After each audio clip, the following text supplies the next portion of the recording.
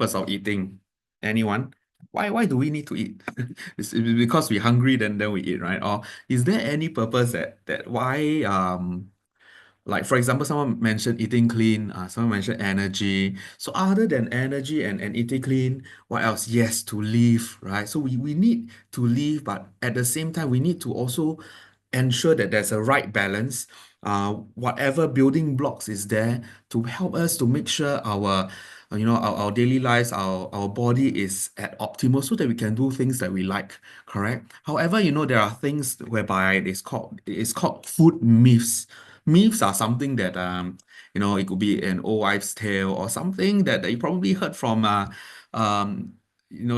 older generation, like some things that maybe grandmother heard from another grandmother and so on. However, you do not know really whether is there any truth in that, right?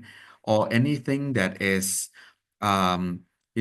that's not really right. We actually explore some of these today, which is current. So along the way, right, I would need your participation because why? We will actually have a lot of truths and as a lot of myths as well. So there's actually a fact or myth kind of a deck today. So without further ado, let me go to the first one. Uh-huh.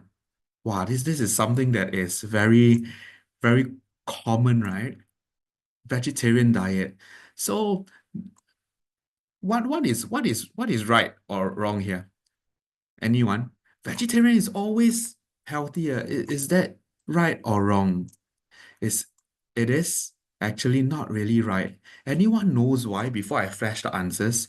Anyone knows why? It might not be a healthier thing. Anyone? Why is it not very healthy though? It might not be very, but might be healthier. Some mention about mock meat, balance, and all that. But you keep hearing like, oh, you have to eat more vegetables and all that, right? Correct. So actually, the answer that I'm looking out for, someone has actually answered it deep frying. So it also matters with how you prepare your food and as well as the cooking method that involves. And with the deep frying option, you'll be using a lot of oil, right? And in this case, if let's say if I am going to use an oil to deep fry, I would also need to use a correct oil, right? So if I'm going to use like for example olive oil, um, is it actually useful for deep frying? Probably not, right? Because oil sometimes I'm not sure whether you smell before. Wow, there's this very rancid smell and it's coming from the cooking oil, right? It's because that the cooking oil probably is not suitable for that temperature and it's probably too hot. So there's this thing called a smoke point. Let me just type it right here. Smoke point. If you're actually curious, you can go and look up on the search engine. There's this thing called smoke point. So every different oil, right, they smoke at a different temperature. And for deep frying, you need very extreme high temperatures to deep fry, right? And with that, we would usually use this oil that is very common in your food courts and hawker centers. And anyone knows what oil is very common that is being used? A hint is that it is cheap.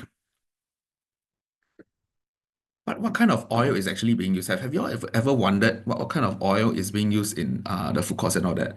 You always go out to have lunch, right? And tapao and all that, right? So someone mentioned peanut oil. Okay, and any other oils? Vegetable oil. This is a very good answer. But what is vegetable oil? Yes, someone mentioned the answer that I was looking for. Palm oil. Palm oil is actually one of the cheapest oil that you can get outside. And then the reason why hawkers and even food courts, right, they buy palm oil is because they want to save costs, right? They want to earn a certain revenue from it. So that's why they use palm oil. But unfortunately, palm oil consists of the bad fat. In this case, the bad fat is actually called saturated fat. Let me just type in the chat group. Okay, so saturated fat it is actually something that we try to limit as well. We try to reduce by saturated fat and increase of saturated fat, right, will increase the risk of rising your blood cholesterol levels. So this is something that we want to look out for as well, because we always think that, hey, cholesterol, isn't it that I should be limiting or reducing the amount of foods from, like for example, seafood and all that. You say, oh, they actually contain a lot of cholesterol, right? Actually, right, dietary cholesterol, right, there is little effect on our own cholesterol that's in our body, that's made in our body, our blood cholesterol levels. What is really affecting is actually the bad fat, which is the saturated fat. In this case, the oil that we use, it could be vegetarian, but then if let's say we're using an oil that is consists of a high bad fat, that will be might contribute to your bad cholesterol levels in your body. And one of these cases is actually palm oil that we need to be very careful of. The other one that was being mentioned, very, very interesting, right? Vegetable oil. What is vegetable oil? Is it I always see it in the supermarkets and all. It's one of the cheapest oils, right? Compared to palm oil. So vegetable oil is actually oils that are being combined together. What do I mean? For example, if you own a factory, right? If you own a factory, would you only sell palm oil, or would you only sell olive oil? No, right? You will probably sell a whole range of different oils, and then you sell the different tins and all that, and then it reduces down to very, very little amounts that should I throw this away? No, I shouldn't be throwing this away, but instead I would what? I will combine them all together and I'll sell it out at a cheaper price so that there is no waste. Correct? So in a way whereby vegetable oil as well, usually the highest component would be palm oil. So we need to be really careful as well and mindful when we select all these oils that are out there. So one of the ways whereby we can actually be sure that we are getting the right oils, right, would be that we look out for this thing called the healthier choice symbol. So if let's say there are oils that says vegetable oil, but then there's a healthier choice symbol out there, most probably, right, it is actually containing a high component of one of the good oils that we use. For example, canola oil, sunflower oil, and also even like things like olive oil, and also they mix it together, so to actually contribute to that good fat. And good fat in this case will help to reduce our blood cholesterol levels. Something to think about. Okay. So another thing would be that like someone mentioned also mock meat and all that. We are trying to mimic like the flavors, because we want to give flavors, right, to foods and all. And then to flavor foods, usually what do you add? Anyone? When you flavor your food, right, when you cook, usually what do you add? Or when you tapao and all that, what is always on the side here? Anyone wants to guess or share? So that would be actually things like soy sauce, salt, right? As well as some of the different sauces that are very, very popular in Singapore, especially if you go to fast food restaurants, right? In Singapore, if you go to you look at the fast food restaurants, they have a whole range of different sauces. Why is it's in our culture to always dip and always look out for sauces. However, in sauces as well, we want to be a bit careful because there's also very high sodium. Sodium is also something that we want to be a bit mindful about, because it will increase our risk of high blood pressure as well. So you can see that there are already two very, very important conditions that I mentioned about. Number one, high blood cholesterol. Second, high blood pressure. And then there's this third other condition that is actually quite rampant in Singapore, which is type 2 diabetes. So these three chronic conditions, or rather in the layman terms, right, we usually call it the three highs. So that's why we are actually trying to combat all these. And one of the ways is make sure that we limit the sauces, and then we try to use other enhancers to flavor our foods, like for example the herbs and spices, or you can even use natural ingredients like fruits, and even some of the aromatic spice like basil leaves and all, to actually flavor, so that we reduce the amount of salt that is being used. So these are um, things and things and some of the tricks to actually reduce, right? So moving forward here, you can see that vegetarians also, there are a lot of different types of vegetarians, right? There's vegan, there is also different um, vegetarians that say, oh, I only eat eggs, I only eat certain types of maybe fish and all. So now these days, right, is a bit more more rampant, or rather very, very different types of vegetarians across the spectrum, unlike previously.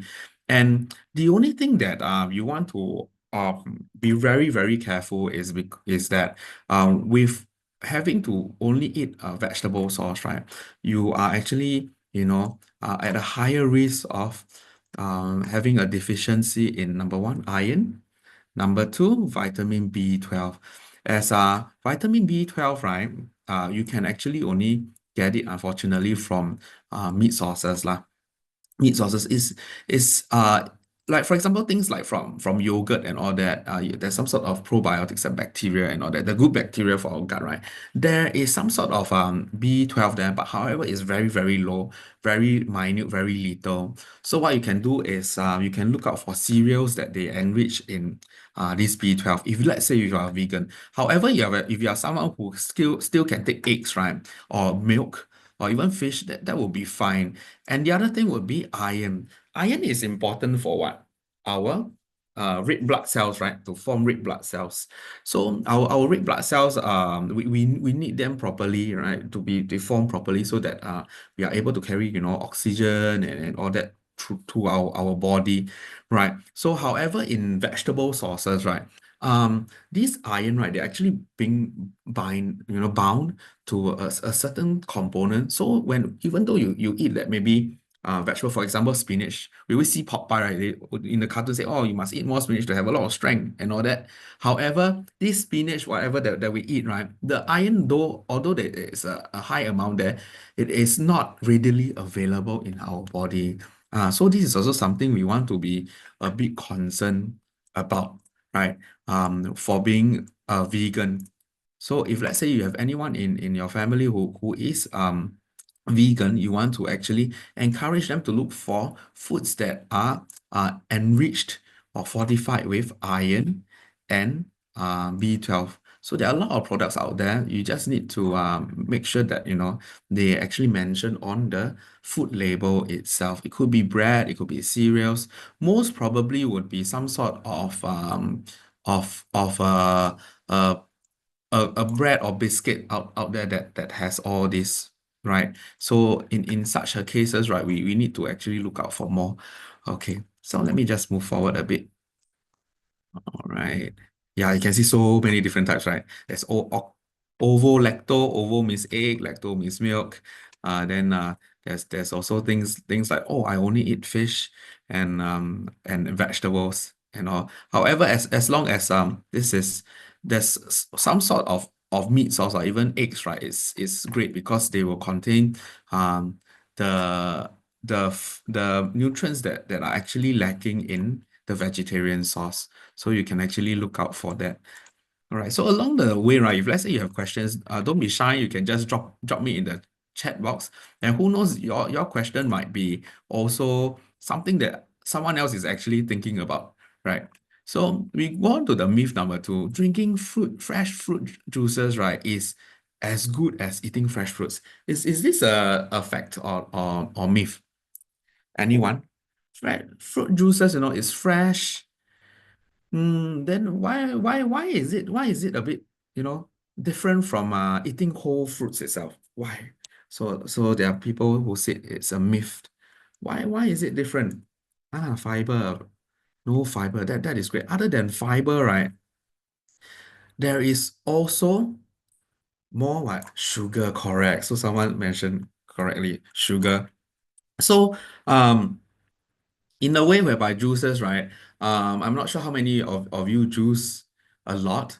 You realize that, it does not only take one, for example, one orange to give you that glass of juice, right? You'll probably need like two, three, or even four oranges to make that 1 glass of juice. And at the same time, when you juice, whatever that comes out, right?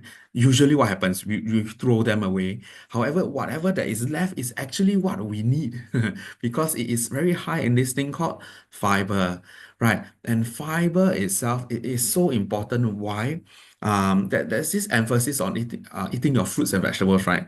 It is because that this fiber here, it will help to reduce your blood cholesterol levels also. So you see, I keep actually, linking it back to these chronic conditions, blood cholesterol, right? So we always think, like I just said, we always think like, hey, I should not eat this, I should not eat that, but we do not think of what we can add into our diet to actually help with these cholesterol levels. One thing is fiber, and we can get them from fruits, whole fruits. Yeah. So, however, if let's say you are a juice person, say, oh, every day I must have my juice, right? So there are a few things that you can do. Number one, you can mix a fruit with a vegetable. Of course, a vegetable that can be, um, you know, can be mixed together, right? So instead of 3 or 4 oranges, maybe you can also add in like a carrot or a certain vegetable that can be juiced together. So at the same time, you reduce the amount of sugar, right? And then whatever that is the pulp that is coming out, what you can do is you can take a scoop, tiny scoop back into your juice. That is a way that you can do so. By scooping a bit first, then you taste. You taste whether, hey, is this acceptable to me? Is this texture all right with me? Is my family okay with this? If let's say it's okay with these sediments and all that, then you maybe the next time you increase another scoop, and then you increase another scoop, whereby you try to do baby steps to make sure that you can actually accept the texture, the taste of it. So these are some ways to do it gradually so that you do not do a sudden change, say, okay, today Clement say that juices are very high in sugar and all is there's not much fiber and it's no good. But instead of that, you think in a way whereby how are you going to slowly incorporate everything back? Yeah, so we do it step by step, right? It's the same thing whereby we talk about, let's say, brown rice. A lot of us probably, all say, oh, brown rice very hard to chew, very hard to eat, right? So same thing. You have your white rice, mainly white rice, and then maybe a bit of brown rice into it. Just add maybe 5% or 10%, and then you get used to the texture, and then you add more. So this is the gradual behavioral change that we call lah. So and another way to actually get your fiber is instead of using the juicer, you use a blender. Why? You blend everything, you don't throw, right? So if you're okay with that very chunky texture, then go ahead with it, right? Okay. Yeah. So we just need to be very mindful of the fruits and the quantity of fruits in that 1 glass. Yeah, because fruit sugar is still sugar, right? Regardless. And it's very common in our culture to actually have fruits to serve as a welcome kind of food, right? When people visit our house and all that. But then maybe what you can do also to make sure that you are not serving too many, also you can add things like hummus dips with carrot sticks and all. Definitely other ways to invite your guests, right? Okay. So of course, if there are also people whereby they don't really like to drink plain water. I know that there are people out there whereby they say, oh, plain water there's no taste and all that. I don't like to drink water. Other way will be you cut different slices of citruses or even cubes of, let's say, watermelon and all. You just drop it in, you don't squeeze it. And then it will impart a certain flavor as well. Or even you can add things like mint leaves, right? These are some ways to actually flavor your water instead of adding more sugar, right? Okay, we move on to the next one. This is also very, very common, right? Adding honey to my drink is better than adding sugar. Is this a myth or a fact? Honey and sugar. Honey, right? We always hear, wow, so this person bought this jar of honey from New Zealand. This person bought this jar of honey from somewhere, right? And then is it better than sugar and all? Someone said myth. So the thing is that honey is still sugar, and contains similar calories to sugar. We always need to think also like although yes, it might be true that this honey has a lot of minerals or other health benefits that is there. However, how much are we adding into our drink or how much are we adding to our food?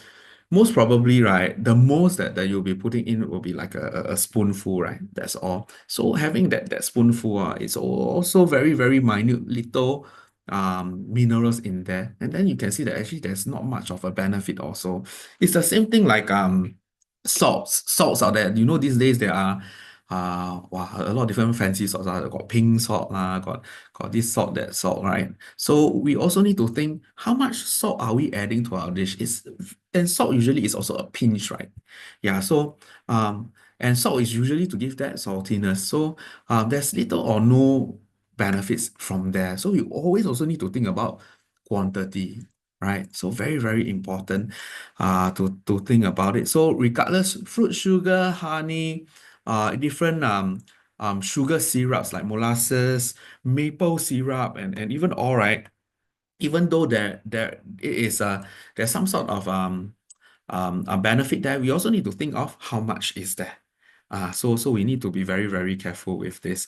And then there are also artificial sweeteners out there, right? For example, stevia or even sweeteners, right? Although yes, it might be an alternative. However, in long term, we also do not know whether these artificial sweeteners, right, would there be an impact to our health? So because the research is still very limited, so we still need to have them in moderation. Okay. Yeah. So things out there, we sometimes need to do a bit of a fact check as well and to think about the quantity. Quantity very important. Doesn't mean that this thing is beneficial to you. You eat more, it will be good for me. Okay, so the next one will be actually organic food. This one is a bit of a big topic, has been a big topic since the past until now. When I'm talking about past, it will be even backdated to like the 90s or even early 2000s, whereby there's this emphasis on organic food, right? Even today. So there's this organic food, right? We will always think about not really nutrition related, but then it's more of like things like food safety, correct? We also think about sustainability and all, right? So it is actually a very wide spectrum that we want to talk about. So there's no conclusive evidence to show that organic food is better. So if you have one apple, one organic and one not, right? They still contain the similar nutrients. Yeah, similar nutrients. However, the only concern I think probably people would be having would be like the pesticide that's being used or how is it farmed. Are there anything added so that they are there for every season, right? These days we can get anything and everything in any parts of the year, right? Last time we still need to wait for that season to come, but now almost you can get anything at any time, right? However, if you are still, very um familiar or rather go for organic foods, right, in the supermarket, of course you may go ahead, but then definitely it's more expensive. It can buy you that peace of mind. Definitely I will say, oh, go ahead, for this organic food. But then if let's say it comes to economical reasons and you want to just make sure that you get the proper nutrition and all, be ensured that you are actually getting something that is safe. So in Singapore, everything is being regulated very properly, lah. So you do not need to worry that there is too much of whatever preservative or pesticide that is being used. Yeah, so there is a limit that is being set, a very stringent limit set in Singapore. So we don't have to worry too much about it. Of course, like I mentioned, if you are still a bit unsure, of course, organic food is still a go-to, but just know that there's no conclusive evidence for that, right? Although it will definitely look nicer, right? The tomatoes and all beautiful colors, right? Okay, and then the next one, microwaving. So I want you to also think about this. Microwaving, very useful, right? Very fast, very quick. So when we microwave, what actually cooks it? It's actually inside the UV ray waves and all, right? So I want you to guess whether is it a myth or a fact that microwaving is bad. Myth also, right? Yeah. Thank you for your participation. Thank you, Carmen. Yeah, so the thing is that, you know, microwaving, in fact, right, can actually help you to minimize nutrient loss. Why is it so? Anyone? Why is it that microwaving probably can help you minimize nutrient loss? Anyone wants to make a guess, like why? Cook faster, okay. So Patricia is right. Actually, cook faster, yes, definitely. It helps you save time, right? So microwaving, right? Someone mentioned about temperature and all. Definitely also part of it. So the shorter the time spent, actually uh the lesser the nutrients are being lost lah. So there are two things whereby nutrients are usually lost. In one thing is that firstly the method itself. So if it has a very high temperature, high heat cooking, right? For example, deep frying, baking, uh, deep frying, baking, and even the thing that we always use these days, what? Air frying, right? So you want to also know that, air frying usually you will set up to a very, very high temperature and cook it, right? So very extreme high heat, your vitamins, right? Especially like the vitamin C, vitamin E, and all these vitamins whereby they are not very heat tolerant, they will probably be destroyed. Yeah, so not completely, definitely, but then some will be destroyed. And then the other thing would be light as well. So you realize that even your refrigerators and all that, you when you close it, I'm not sure how many of you actually does it. Like when I was younger, I used to be very curious. I open and close. Then you realize that, hey, why is it the light always switches off when you close the refrigerator or the freezer, right? It's because they are these nutrients, right, they are actually also light sensitive. That's why sometimes you see even medications or even some of the food products, they say store in a what? Cool and dark place. So this is the reason. The temperature, number one, number two, light. So these two things. Thirdly, if you do things like a boiling and all, so some of these vitamins might leach out into the soup, the broth itself, right? So this leaching of the nutrients also it will cause some losses lah. So just to know that. So microwaving is actually very perfect. Very short time. Temperature, yes, maybe high, but then it's not like extreme high. So you can actually minimize nutrient loss. So someone is asking, used to be is considered healthy eat an apple. Okay, so this I will answer your question in a while. I'll just continue in for this slide first. Okay. Yeah, so you just need to know that because of the time span and then it is also very little nutrient loss, and then we are able to make sure that it is quick as well. These days we want things that are quick, right? So we can actually use microwaving very, very good.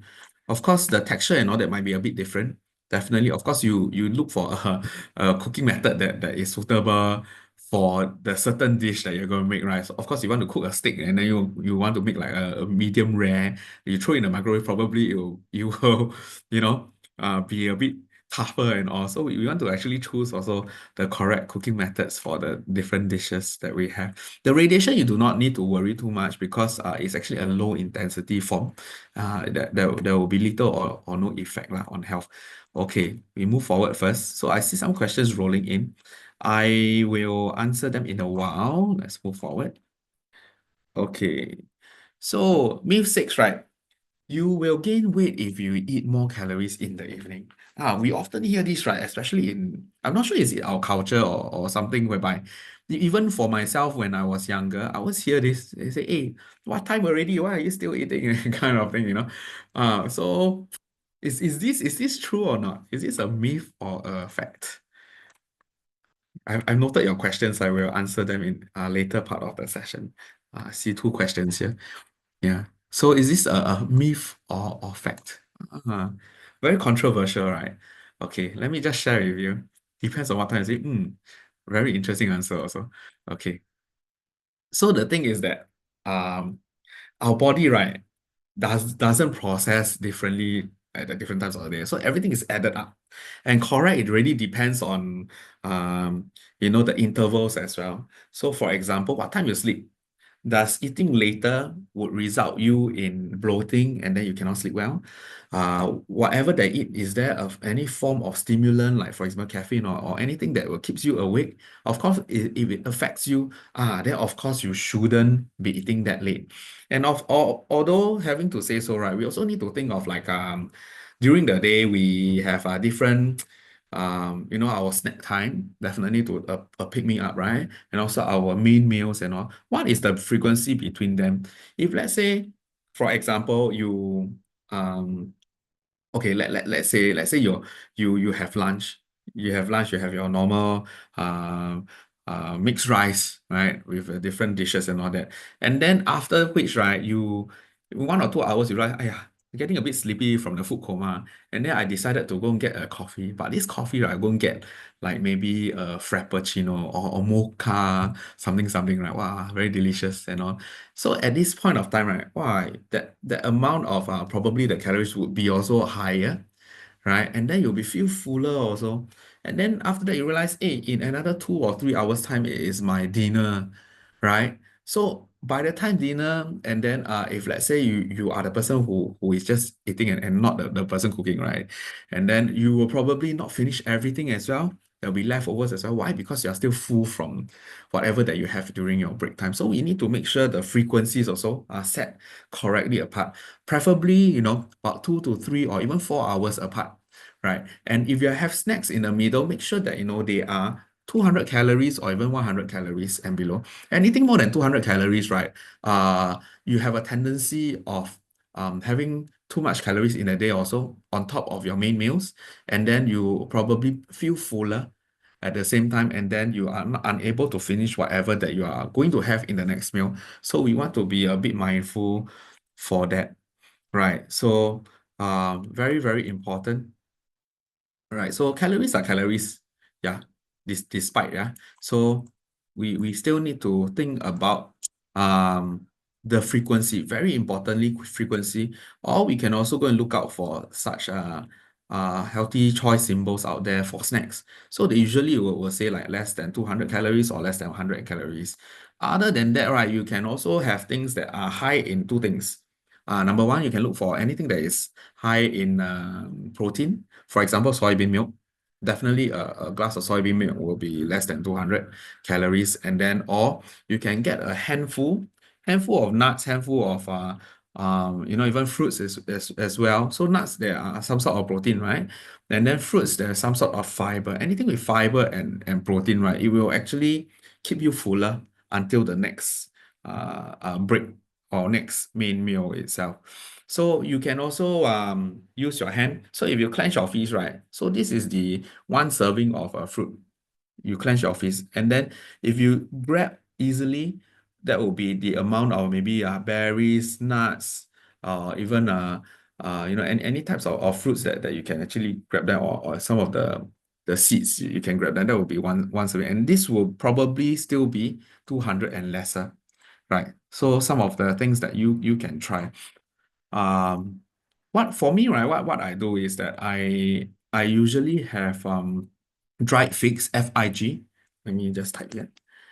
Dried figs. So dried figs, right, in a way whereby about 4 or 5 of them, right, depending on the size of it, it will actually be equivalent to 1 glass of milk's calcium. So if let's say you are someone who has trouble, taking dairy products and all, this is another way that you can have it, and in a way whereby it is it's a bit sweet, so you can get a boost of energy. Number two, there's a lot of fiber there, and then there's some sort of protein there, as well as calcium there. So why not? And it's very easily available. Dried figs or fresh figs, no problem. It's just that the fresh ones are expensive lah. Yeah, so you can actually look out for them. So this is my what I do on a daily basis to get my calcium also. So myth 7. So most of the time, right? Oh, sorry, not most of the time. Most optimal time to eat fruits is 6 hours after you wake up. I'm not sure how many of you actually, have concerns oh, when should I be eating fruits and all? So is this a myth or a fact? So that there are people who think, hey, I should not be eating fruits at this time. I should be eating at this other time and all. So food for thought, right? Same thing lah. So no matter what time of the day also, no matter what time of the day, eating fruits is good for you. So let me look at some of the questions here. Okay. Okay. So I will answer one question here from the chat. So dry figs are too sweet, high in sugar. Of course, definitely there's some sort of sugar and all that. But then we do not only think about the sugar, but also the quantity. Remember, we talk about quantity. We make sure that is below 5 and below lah. We make sure that we do not have too much of them. And then there is also a lot of fiber there, which actually will help with the slow digestion. Yeah, so that is also a way that you can do, but that will be part of your fruit serving in that day as well, right? Okay, so there is actually back to the slide, right? Actually, there is no time that is fixed for fruits. But however, what I can suggest is that before you have your meal, right? I know usually we have our meals, and then after which we have fruits, right? You can always start with fruits first or even vegetables first. Why? Why do I say so? If you start with something that is of higher content of fiber, right? You already let your tummy, right, your stomach actually sit with that. You feel less hungry, and then you will not overeat in that setting itself. So this is a way whereby you can also make sure that you do not overeat lah. So this is one of the methods that you can actually try. Okay. Yeah, so it will be actually good to separate the fruits in the day. So health promotion board's recommendation is actually 2 fruits a day. So but what I will do is I will separate that 2 servings of fruit across different time. Why do I say so? Because if let's say you have 2 fruits in one sitting, right, or probably your blood sugar level will also rise a bit higher, be spiking, and then maybe you fall into like a food coma after lunch as well. So you want to have it either as a snack, then maybe have one after dinner, or you have it in 2 different snack times. A way to keep yourself full, and also another way to make sure that you get your fruits, right? So this is some of the things that you can do, and then try not to match them together. Try not to actually have them at the same sitting itself. Okay, let me move forward. All right, so this is the other thing that is of a hot topic, right? Carbohydrates. There's a lot of bad annotations to carbohydrates, like, oh, you cannot eat too much rice, you cannot eat that you cannot eat that noodles, it'll make you puffy and all that, right? So carbohydrates is actually a whole big umbrella. It really depends on what you're eating as well. The recommendation in Singapore, if you know the healthy plate itself, 1/4 of this plate, right, should actually consist of it states like brown rice and wholemeal bread. So brown rice and wholemeal bread, right? In this case, they are made of what? This thing called whole grains. I'm going to type here in the chat. Whole grains. You can go and actually also read more on healthhub.sg.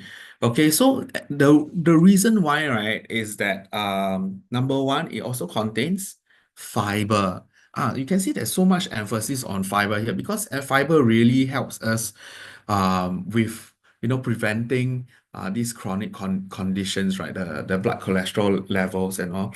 So I'm not sure how many of you have actually such experience. You go to like the GP or even the polyclinic, right? Sometimes the doctor will advise you that, hey, Mr. Tan, maybe you can try to have oats in the morning. This is the reason, because it will help you with your blood cholesterol levels. So we always think of carbohydrates, right? Not only as sugar, but we also think of what it comes along with it. Fiber, right? Fiber, and then this fiber itself, it will also help with our blood sugar level so that we do not digest very quickly. So the next question probably you are going to ask me would be that, hey, but then if I eat out these days, right? Very hard to find things like brown rice, right? And or how. So if let's say you are unable to do that, it's okay to have white rice also, however, 1/4 of the plate, right? And then on top of that, you make sure that you replace that with a lot of fiber, will be from vegetables. So make sure that you have a lot of vegetables as well to actually slow down this digestion of your rice. And other than brown rice, right, there are actually a lot of different ways to fill our 1/4 of the plate too. For example, right, in some countries, we would actually see people having corn as a staple, right? They don't eat rice, but they eat corn. Then you'll be thinking, hey, isn't corn like a vegetable? But then it is actually a starchy vegetable. So at the same time, it is a whole grain because why? It's only being removed from the cob, and then we eat that, right? So I'm sure some of you go to the fast food restaurants these days, and then somebody say, hey, let's switch out the fries, let's switch to corn, right?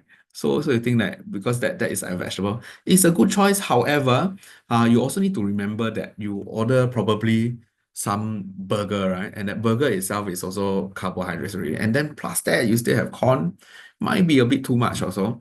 And the best option will be, of course, a garden salad, some sort of salad there to make sure that we do not eat too much of these carbohydrates as well, right? So it's always same thing about the quantity. Quantity very, very important to actually realize. So outside, if we go to eat the mixed rice vegetable, right, the stores, and then even nasi padang, right? So the plate itself, these days the plates are getting bigger and bigger. I'm sure you agree with me, right? The plates are getting enormous, right? So a standard plate should be a 10-inch plate. 10-inch plate for adults. Okay. However, if you have little ones at home, right? The little ones at home, they should be eating from a 8-inch plate. So it's actually smaller. And sometimes, if you serve the same amount to your kids, right, and then your kids don't finish, it's actually might not be, exactly the kids' fault that they're not finishing, but then maybe it's a bit too much for them. So food for thought also how much you are serving to your kids at home, right? It should not be the same as the adults. So having to say so, if let's say you do not have plates, do not have this and that, right? What you can do also, for adults, you can use your hands. I mean, we always have our hands, right? So if let's say you have a palm size, right? One palm size is usually the amount of one serving on your that plate, so that 1/4 of your plate. For kids, what you can do, you clench your fist. So this is the amount that your kid should be probably eating. So one serving of it. And this can be used not only for rice, it can also be used for your proteins as well, like your meats. And also you can use this. This is about 120 grams. If you clench your fist, this is about maybe 90 to 100 grams already. Yeah. So some things to think about, some things that you can do. Another carbohydrate that I want to also introduce you is that is something that we can find very readily available in Singapore, which is barley. So barley, right, in a way whereby we always have it as a dessert, right? And then or as a beverage. But we seldom eat the grains, right? So barley grains themselves, they are actually also whole grains. So what you can do also on top of white rice, you can add barley grains. You can also add corn. So you can see, hey, there are a lot of different colors. And this is actually what I also do with the kids that I used to prepare lunch for in South Korea. I used to work in a school and prepare their lunches. So, kids also, they don't like the taste of brown rice and all, but then I also want to make sure that they are being exposed. So what I do on top of white rice, I add things like barley, I add things like corn, I add a bit of wild rice, brown rice. So there are different colors also. So number one, I make sure that they get the fiber, right?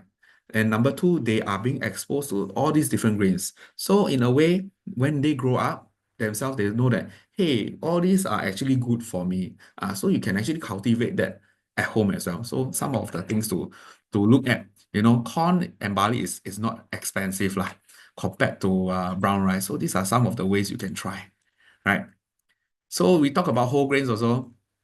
So you can see number one, right? Number one is what we want. However, number one is what we throw away when we meal the grain itself. And then what we are eating, the white rice, right, is only number two. Even number three is also gone.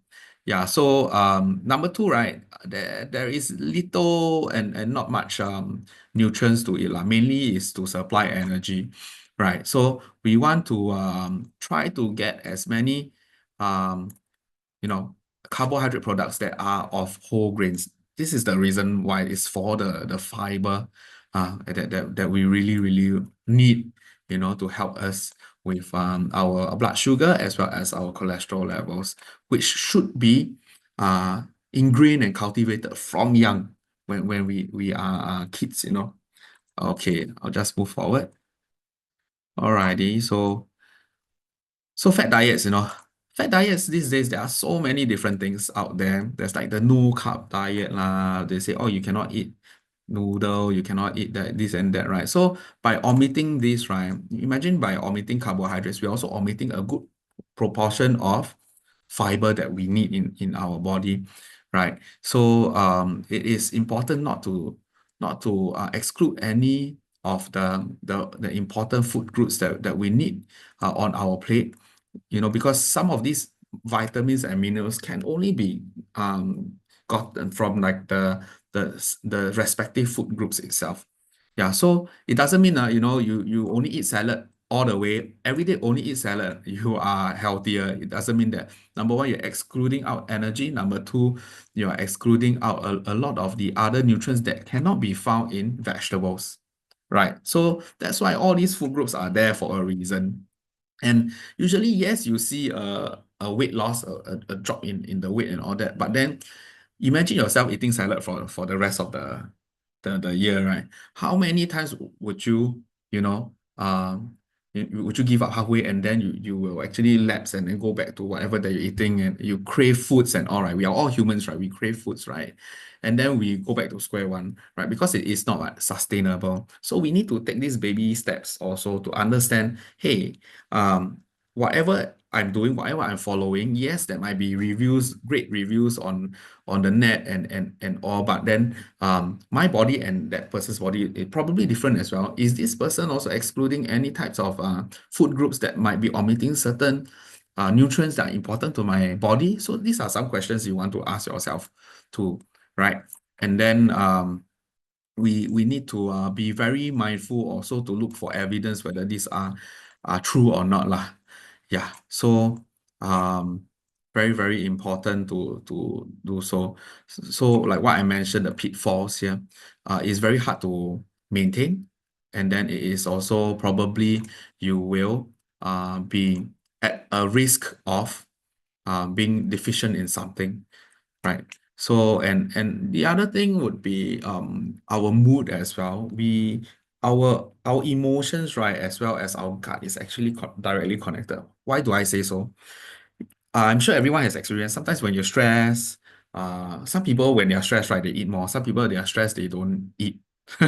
Right. So it really depends on individual. And some people when they are sick, they eat lesser. Or is probably the other way around also. So you can see that there's some sort of link from our how our brain works and how our gut feels as well. So we need to manage both sides. If we have cravings, right? For example, if you like chicken rice and you crave for chicken rice very, very long, right? If you don't solve that craving, right, you will probably overeat. Why do I say so? You will look for other healthy options. Yes, they are healthier, but then the quantity probably exceeds. Why? Because you cannot settle that craving. You cannot resolve it. So in at the end of the day, right, we also need to find that balance. We need to make sure our cravings are being settled, but then you go back to the lifestyle that you are supposed to lead lah. So we not only eat to live, we live to eat as well. And I strongly believe that intermittent fasting. So this is something that is very common, right, these days. You actually see that. So what is actually here would be not adjusting the food groups, okay, but adjusting the time. So it's the frequency that we're eating. Actually, right, everyone is doing a sort of intermittent fasting. If you think about it, because why? Let's say you have dinner by 8 o'clock. So from 8 o'clock all the way, if let's say you don't have supper, all the way until the next morning, whereby you break fast or breakfast, the number of hours here, right, is actually a fasting period already. It's just a matter of how many hours that we are having. So if you are doing it in the day, right, you are actually, it's a bit challenging. Why? Because there is you are focusing on work, you need to do this, complete some of the tasks, your mood, your emotions, your stress levels, they are all affected, and or then probably you're not as productive also. So what you can do is that you can move this to the night time, and then you do so. So it's actually the time that we should be doing that lah. Yeah. So something to think about also for this intermittent fasting. However, it is not one size fit all also lah. Some people whereby they have a certain condition is not suitable, right? And then especially if there's some sort of yeah, have some diabetes or some sort of medication, you would not want to actually do so. You want to actually seek help or seek advice from your doctor, right? And also, of course, those who are pregnant or even breastfeeding. And so this shouldn't be part of the picture itself, right? So if let's say you are already doing this and it works for you, maybe you want to think of how you want to adjust from day to night so that in the day, right, you still get the energy and whatever that you need to sustain your day with productivity lah. So we look at productivity levels here as the goal, right? Yeah, so there's a lot of things out there these days. Let me just like this is what I mentioned just now. Also, salads itself. Salads doesn't mean it's healthier. So salads also mean that you are actually omitting most probably some sort of food group from either the protein side or even from the grain side. Yeah. Um, so having to say so, just now I mentioned like if only eat vegetables and all that, there will be some of the nutrients such as B12 or even iron that you probably be deficient in. So we do not want to do so. And even if you're a salad person, right, it's okay to have it, but make sure that you have some sort of grains. Get like things like corn. You can afford quinoa, you get quinoa, couscous or something that is form of carbohydrate there. Number one for the energy, number two for the fiber, so that you'll be productive in the day as well, and you get whatever vitamins and minerals as well, right? So if let's say you're vegan, maybe you want to think of mixing and matching some of the beans and lentils and seeds and all so that you get protein, right? And if let's say you can take things like eggs, very good, very amazing. You add an egg in there, you will probably get all the required protein that you need and some of these vitamins and mineral that can be only uh, received from the meat sources lah. Right. Okay, let's move a bit forward a bit, like lots of time. Sashimi. Yes, sashimi is something that I think a lot of Singaporeans we go to as well. Because why? Fishes has omega-3 fat, which is the good fat that we are talking about, other than canola oil, sunflower oil, olive oil. Omega-3 fats also is actually good for the heart itself and also can help to reduce the blood cholesterol levels. So these are things that we want to look out for, but we want to be a bit mindful of because it is raw and uncooked fish lah. So depending on how it is being handled, best is that it is actually being handled by an accredited chef who deals with sashimi and all. Okay, so people with reduced immunity should be avoiding this because it might actually be a concern, right? Even though there's a lot of good fat there. Have cooked fishes instead. Soybean as well. Soybean very high in protein. However, it is also it's not a complete protein. Why do I say complete protein? Would be that so imagine you're building a castle. You need a lot of blocks to finish this castle. However, vegetable protein, right? For example, soybean, they lack one or two of these blocks lah, and then you cannot complete that castle itself. So we need to mix and match different types of beans as well to get whatever that we need So this is also something you want to think of. If let's say you only have soybean to as a form or way to have your calcium, right? That one you also want to be concerned. Why? The regular soybean milk, right? Your regular tau huay, doesn't have as much calcium as cow's milk.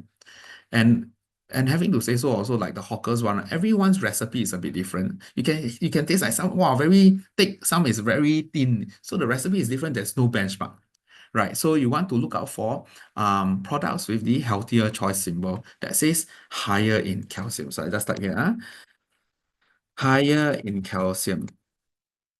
Okay, healthier choice symbol.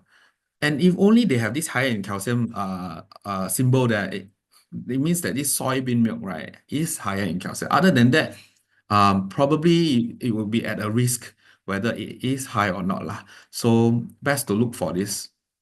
Okay, let's just move forward also. All right, so having to say so, what really only works, right, is actually the energy balance lah. So we must make sure that whatever that we take in, there's also expenditure. So if you want to lose weight, of course there must be higher expenditure. Expenditure would mean that physical activity, like do something that you like on a daily basis and all, and also include some of uh, strength training exercises, weight exercises, and all to actually increase metabolism, right? So of course, if let's say you're having too much and then too little activity, then there will be a weight gain lah. So this is something that we want to look at, right? So this is what I mentioned. Very important to understand also that there isn't any magic bullet out there.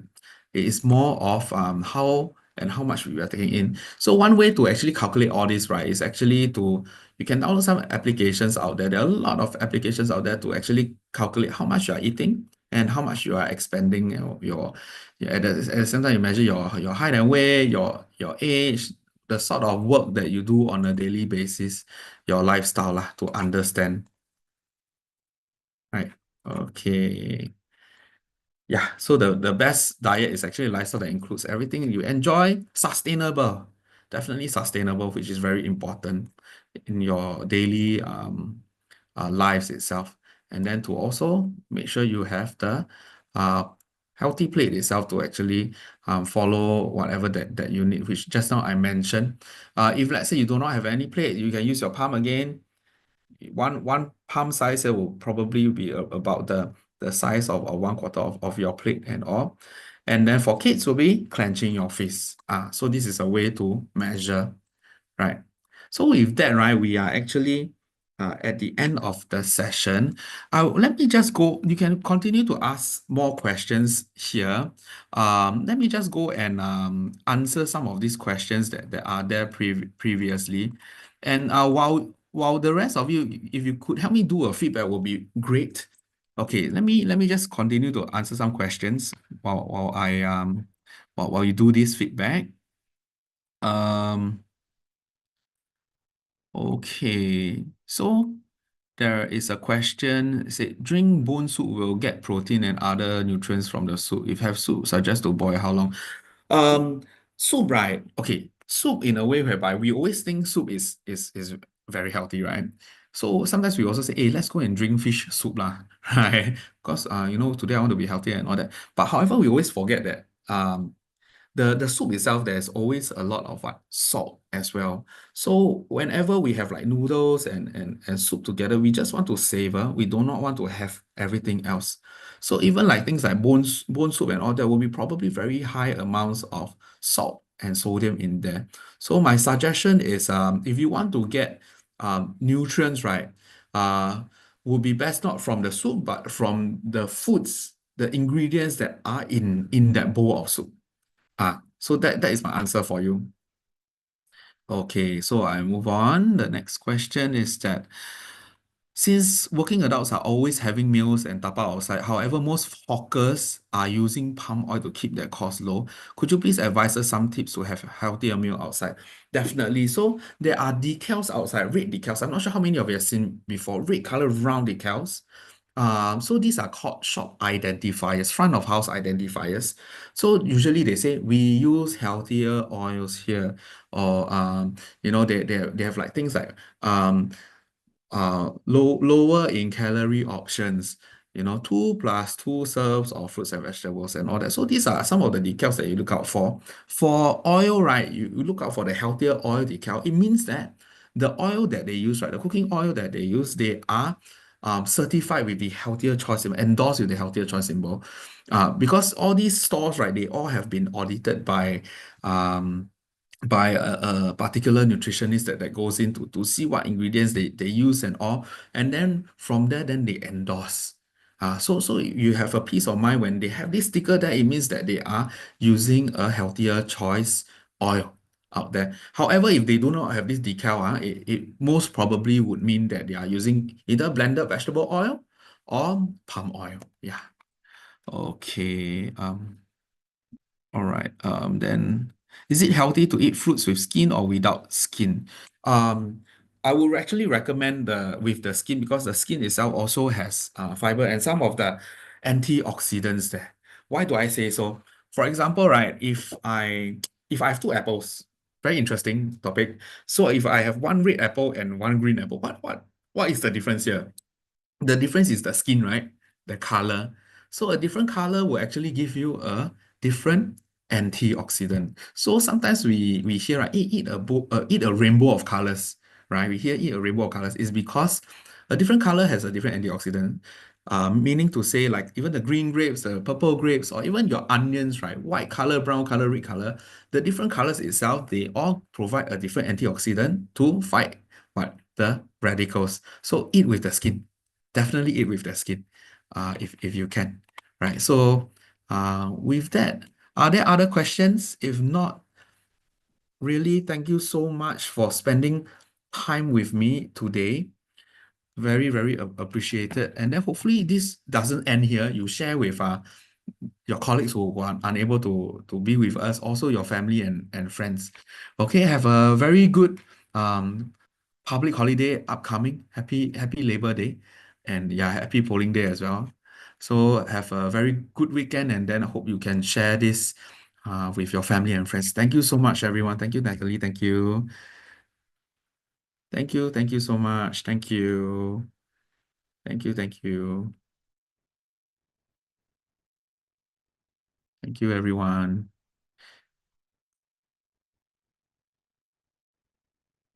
Thank you.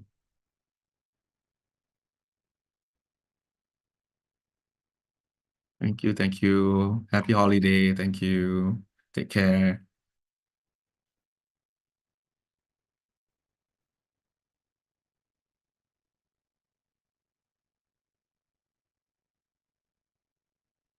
All right. I will end the chat right now. Thank you so much, everyone. Bye bye.